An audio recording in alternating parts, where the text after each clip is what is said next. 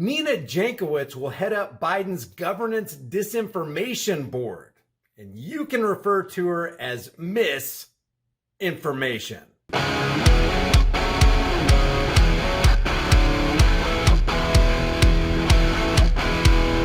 People ask me all the time, "Hey Brian, do you really use that keto elevate stuff, and does it really work?"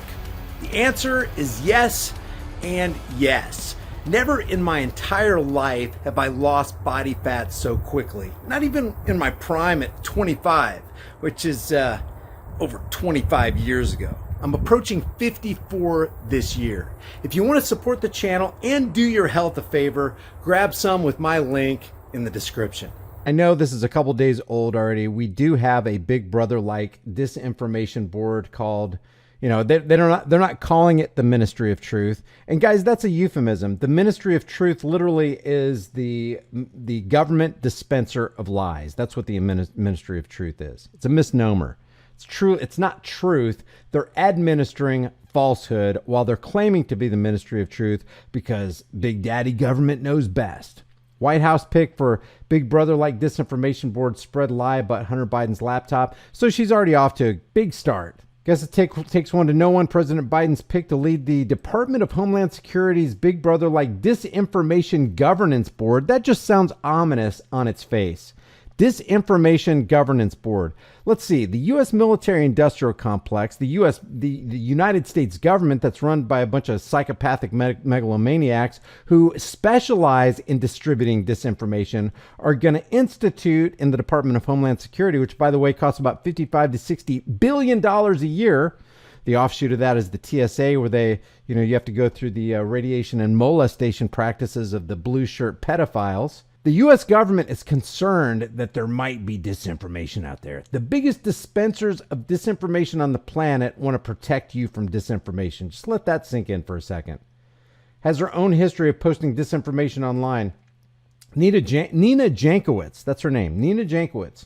She's got a fairly decent voice, I'll give her that. Who is a disinformation fellow at the Wilson Center, has repeatedly cast doubt on the Post reporting about Hunter Biden's laptop, which you're not supposed to talk about unless you're the New York Slimes. During a series of live tweets during a presidential debate between Biden and Donald Trump in October 2020, Jankowicz had referenced the laptops, and she said, back on the laptop from hell, apparently, Biden notes 50 former NatSec officials and 5 former CIA heads that believe the laptop is a Russian influence op. Trump says Russia, Russia, Russia, she said. Her tweet surfaced immediately after she revealed that she'd be named the executive director of the new Disinformation Bureau on Wednesday. It just doesn't even sound good. What's the U.S. government putting out? Oh, it's the Disinformation Bureau. You can bet that the Disinformation Bureau is going to be faithful to churn out disinformation. As conservatives slammed her as a leftist radical and expressed doubt in her ability to spot misinformation. So let's call her Misinformation. Says Jankowicz tried to brush off the controversy surrounding her old laptop tweet, saying, for those who believe this tweet here, let's see, I think it's down here somewhere. For those who believe this tweet is a key to all my views, it is simply a direct quote from both candidates during the final presidential debate. If you look at my timeline, you will see I was live tweeting that evening. But the Russian misinformation expert had told the Associated Press just a week earlier that there was doubt the laptop even belonged to Hunter, and there were multiple red flags that emails uncovered from the device were legit.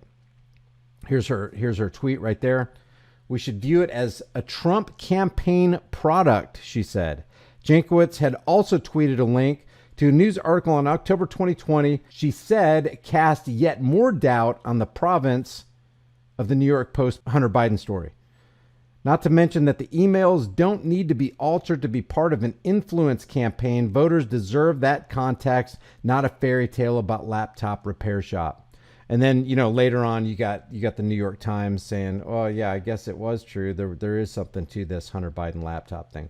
See, that's another thing. That's another psyop that I think we're involved in, is they made it so obvious that Hunter Biden, the son of the president of the United States, is a crackhead, a waste of an individual who's scoring on prostitutes and recording his adventures, by the way, and putting them on a laptop and then putting that laptop in a repair shop for all to see. And then when you distribute that information publicly, they start denying it and calling you a conspiracy theorist when it's absolutely provable. And then a year and a half later, the New York Slimes that everybody seems to trust comes out with it, and all of a sudden it's legit.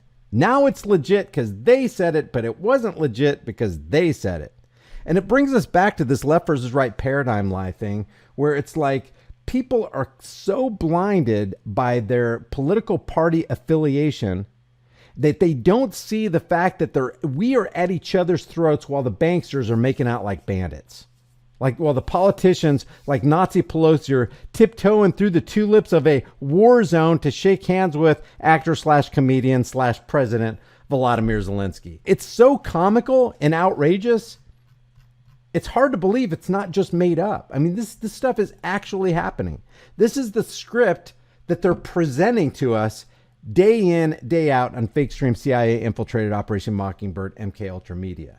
While we have time and it still retains some of its perceived value, maybe it'd be a good idea to convert your worthless fiat into valuable, storable food. Don't be the one who waits till the food riots start happening. You don't want to be fighting panicking people in the store over that last jar of peanut butter. At Prepare with High Impact Flicks, you can get up to 3 air and watertight gasket sealed ammo cans, each filled with a 4-week emergency supply. 7 food varieties, 2,000 calories a day, 284 servings, breakfast, lunch, and dinner, and each meal comes in a resealable, heavy-duty 4-layered pouch. And it's got a 25-year shelf life. Every order of a 4-week supply gets you $100 off plus free shipping. Here's how simple it is to make. I'm going to cook up some Granny's home-style potato soup. People are going to think I'm a culinary hero. You open the pouch, boil 4.5 cups of water, stir the contents, simmer on low heat for 15 to 20 minutes, take it off the heat, then let it set for 2 to 3 minutes before you serve it up. Man, this stuff's so good. People are going to think Granny stopped by and filled your kitchen with a whole bunch of love. Well, if Granny does stop by, she's going to fill your behind with a whole bunch of buckshot if you keep talking with your mouth full. Wipe your dang beard off. It's embarrassing. So maybe convert some of your worthless fiat into valuable food while you still can. Order now and get $100 off of up to 3 4-week emergency food supplies at preparewithhighimpactflix.com. The link is in the description.